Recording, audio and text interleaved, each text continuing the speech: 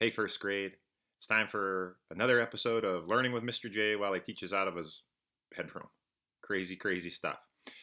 Last week we talked about words with two syllables, right? And we talked about how to break those words apart. So Mr. J couldn't find a clipboard, so Claire Lee donated an old binder. Here's my paper. It's almost as good as a smartboard, I guess.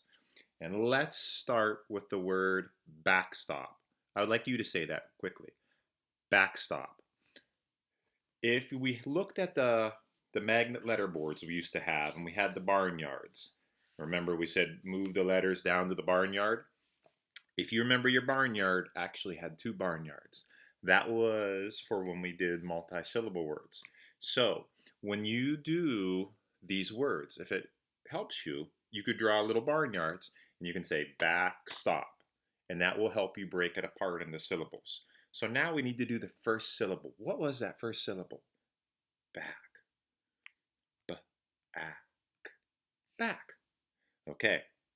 Tell me how to spell it. I hope you said B. A. And what's my option for k at the end of a word after the short vowel? C. K. So I have back, stop. Backstop. Are you ready? Tell me how to spell the second syllable. S. T. Op. Backstop. Now this gets goofy here. My vowels are crazy far apart. Look at that. And I don't know where to break it apart. But I have some rules that will help me. The first thing I know is CK goes together. And if you remember the rule, it goes at the end of the word after the short vowel. Yeah? So guess what? End of the word after the short vowel. That's my clue. I break my word apart into a closed syllable. And then this just happens to be a blend. That's part of my next closed syllable. Voila! Easy peasy, lemon squeezy. My next one is himself. Let's touch it. Himself. Now spell it. Him. That's a simple syllable. Him. And remember, when we have our bigger words, you can spell the syllables straight up. You don't need to tap them unless you need to. So him. H. Am. Then self. S-L. Uh-oh. I don't know. Should I use a bonus letter here? F, L, or S at the end of a word after a short vowel. So there's my short vowel, but that L is not the end of the word. So no extra L. I got it. Then, oh, another bonus letter. Oh no, what do I do? F, L, or S at the end of a word right after the short vowel. Nope, not happening here. So where do I break it? Himself. Vowel, vowel, separated by two consonants. Voila. There we go. Easy peasy. Okay. I'm checking my time because I actually have to do something else here in a little bit with some other kiddos to help them out. So, himself, backstop. All good, right? Now, I did some searching. And I thought maybe it'd be fun to see what was happening in Mr. J's cupboard since we see that Mr. J is teaching from home. So I went and found some things. This is not one of Mrs. J's favorite meals, but check it out. Look at this. Something we can find at home. S-P-A-M. Some of you have been asking about glued sounds. There's a glued sound right there. A-M, ham, am. In this case, it's spam, and I am really not sure there's actual real ham in there or what's happening, but there's my glued sound, spam. And if you want to know a secret, Claire Lee and I kind of like this, but Mrs. J is not a huge fan.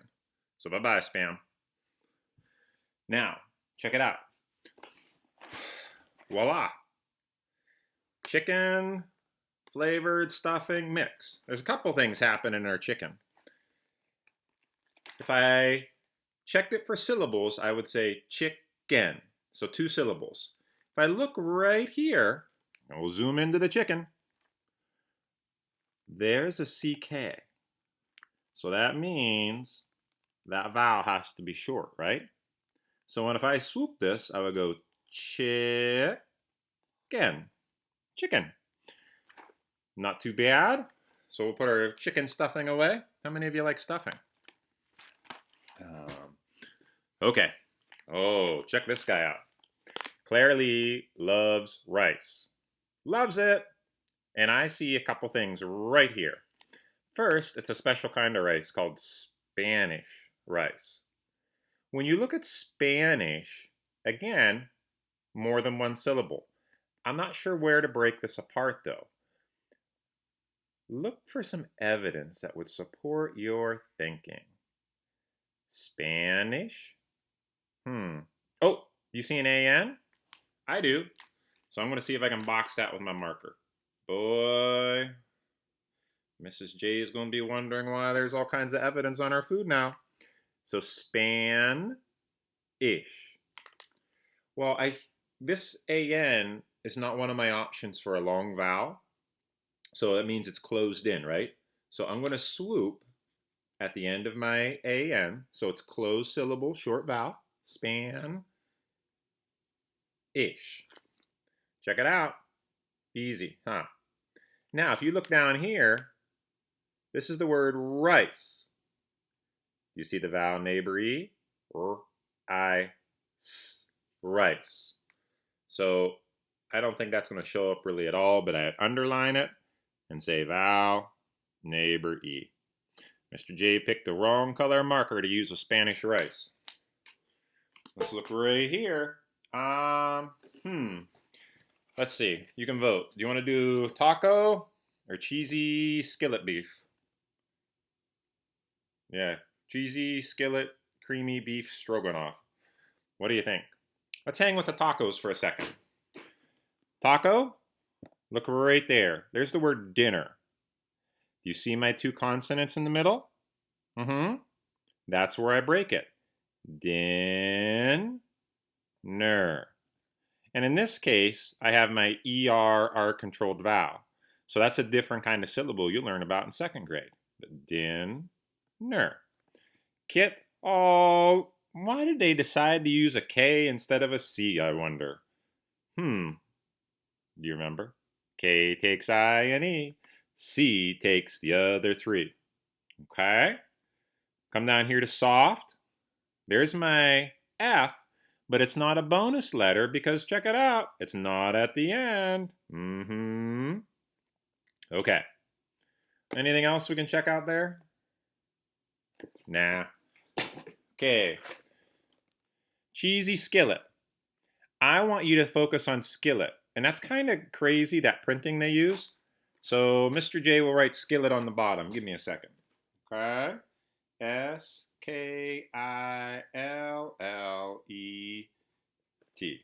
Skillet. Okay? Just like that, only that's that fancy printing.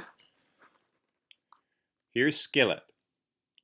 To break this word apart, I see my vowels are separated and I have a double bonus letter right there. F-L or S at the end after a short vowel. So guess what? I have to break it after that double L because that's the end of my word or syllable. Okay? So blend in the front, bonus letter, two closed syllables. Is anyone getting hungry yet? No? Okay. Okay, last one. Hormel. Chili with beans. This isn't the best, but on Sunday nights, my girls love to watch American Idol, and they like to have chips and salsa. And I'm not a chips and salsa guy, but they do let me have cheesy chili dogs on Sunday nights. So this is the chili I have with my chili dogs.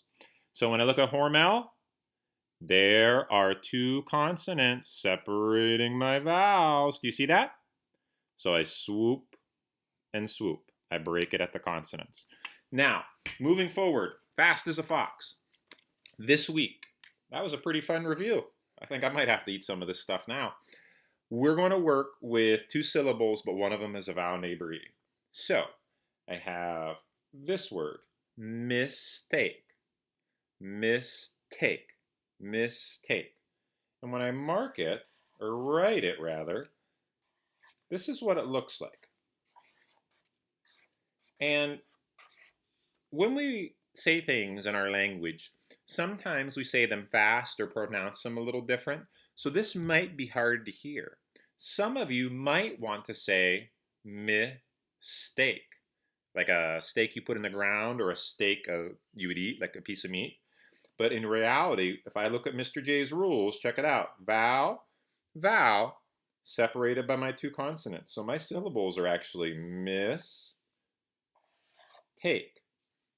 Okay? My first one is closed. And it's not the best example Mr. J could have picked because there should be a bonus letter in there if I follow everything closely. But sometimes I lose that bonus letter when I'm going with more than one syllable. So you have to be kind of flexible when you're thinking. Okay? Miss, take. And there's my vowel, neighbor E syllable.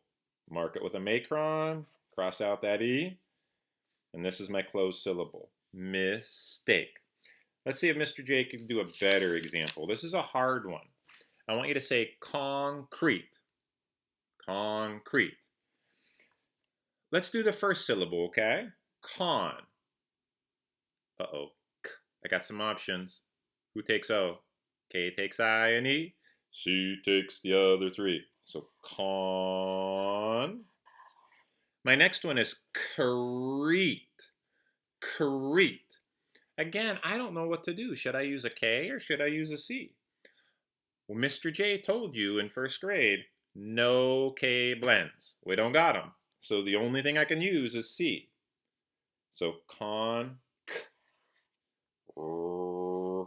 eat. Concrete. Check it out. Mr. J's letters are kind of changing there. When I break it, vowel, vowel, I hear ah. I know that's a short vowel. So if I'm looking at breaking this, concrete. I can chin check it, concrete. Look at my rules, and I'm going to break it right here after this first one because it's a closed syllable, and I think I hear that blend on the second syllable, concrete. So vowel, neighbor E, macaroni macron, bye-bye. Last one is a huge word. I'm going to have you spell something with 10 letters. When you started first grade, I bet no one thought we'd spell words with 10 letters. Shoo. Here it is. Springtime. It's springtime out, but Mother Nature thinks it's cool to snow every 14 hours or so. So hopefully springtime starts to win here. So say it. Springtime. Let's do it. Spring.